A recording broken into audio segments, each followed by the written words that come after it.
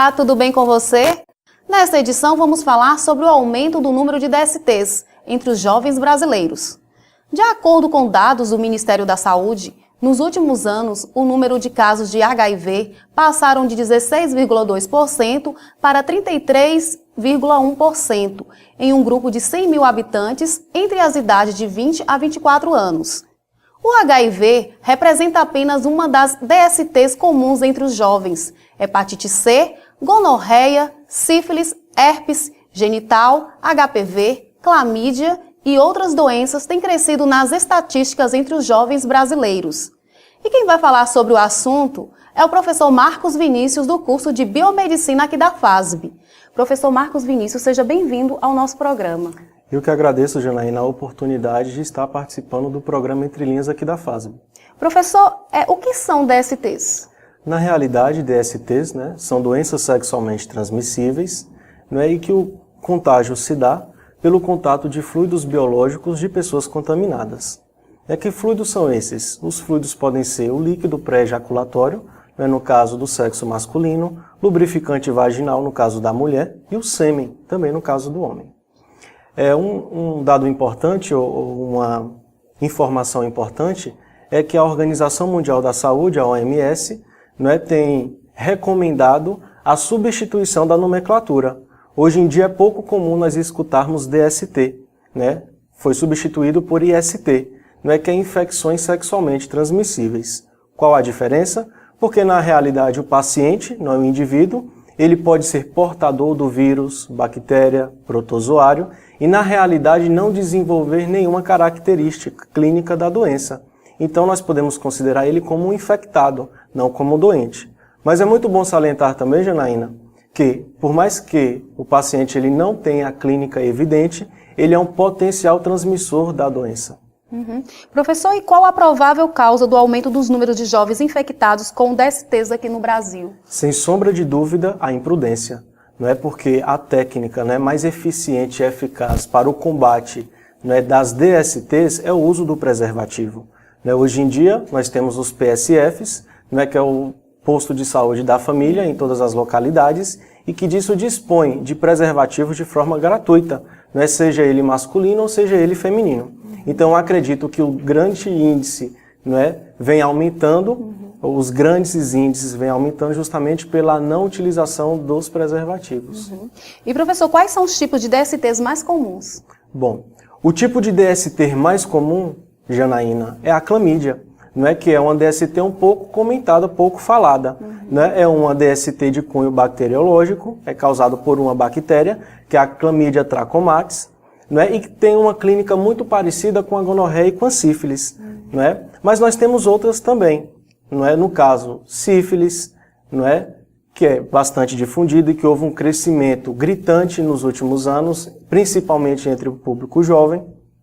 Nós temos a HIV, cancro mole, cancro duro, a própria tricomoníase, e dentre outros também.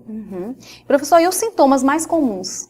Bom, os sintomas mais comuns entre as DSTs, nós podemos citar corrimentos, corrimento uretral ou corrimento do canal vaginal. Podemos falar também da própria imunossupressão, no caso do HIV/AIDS, o paciente ele fica imunossuprimido e com isso ele fica facultado a doenças oportunistas, como a candidíase, que acomete a mucosa oral ou a mucosa vaginal ou peniana, e também a própria tuberculose e a pneumonia, que são as doenças oportunistas que matam com maior frequência os aidéticos no território nacional.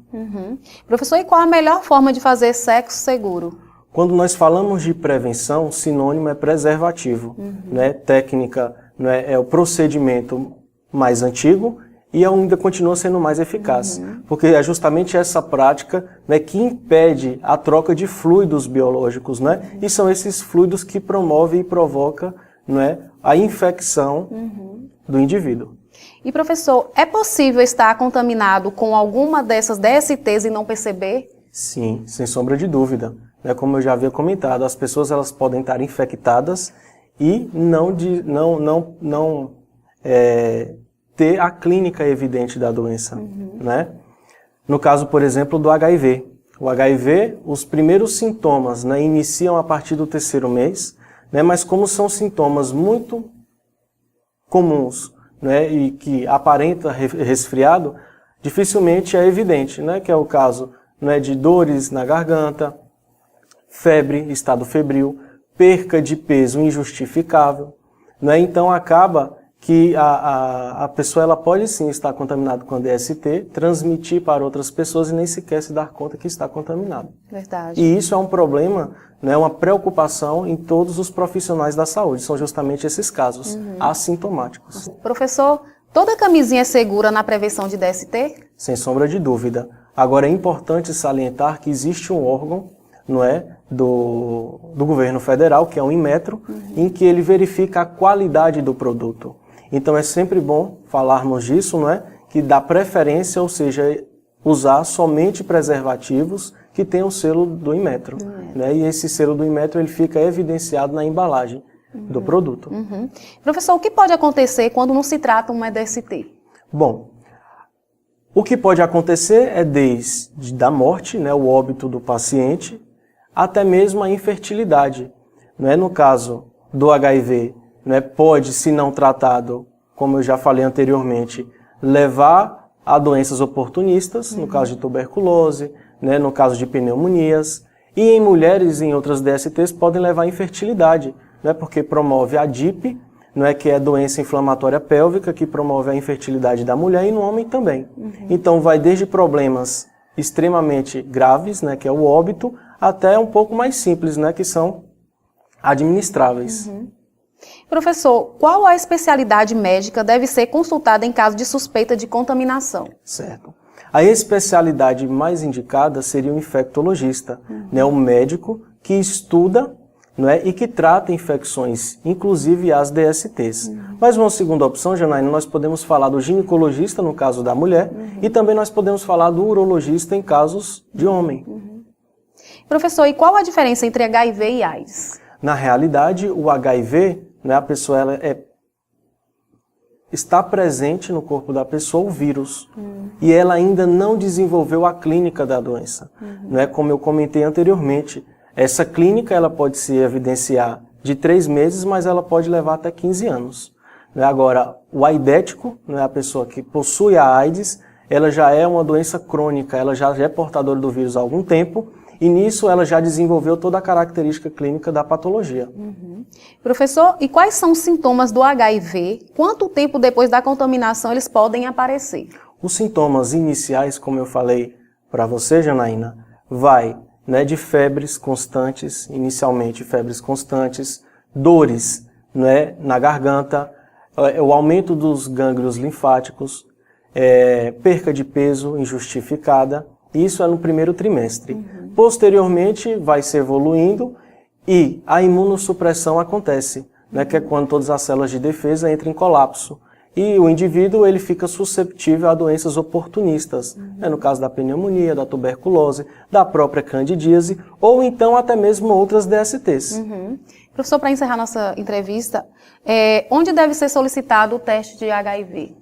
Bom, o teste de HIV, né, ele está disponível em todos os postos de saúde, que são os PSFs. Aqui em Barreiras nós podemos citar o Centro Médico Leonídia Aires, né, o CTA do Leonídia Aires. E um dado muito importante e interessante, Janaína, que ano passado, né, a Agência de Vigilância Sanitária, que é a Anvisa, autorizou, não é, a venda de testes rápidos de HIV, AIDS, não é, em farmácias comerciais. Mas, enquanto essa prática ela não é difundida, nós não encontramos em farmácias comerciais, nós podemos pedir o auxílio dos PSFs. E é muito bom salientar também, Janaína, que todos os profissionais envolvidos, eles devem trabalhar com completo sigilo, né, daqueles pacientes que querem solicitar o teste rápido de HIV. Professor, muito obrigada pela sua participação aqui no nosso programa, por estar alertando as pessoas sobre essas doenças DSTs. Espero você aqui em outras oportunidades. Eu agradeço a oportunidade, Janaína, mais uma vez. E o programa Entre Linhas está terminando. No programa, conversamos com o professor Marcos Vinícius, do curso de Biomedicina aqui da FASB, que falou sobre o aumento do número de DSTs entre os jovens brasileiros. Então é isso, ficamos por aqui e esperamos você no próximo programa. Até logo!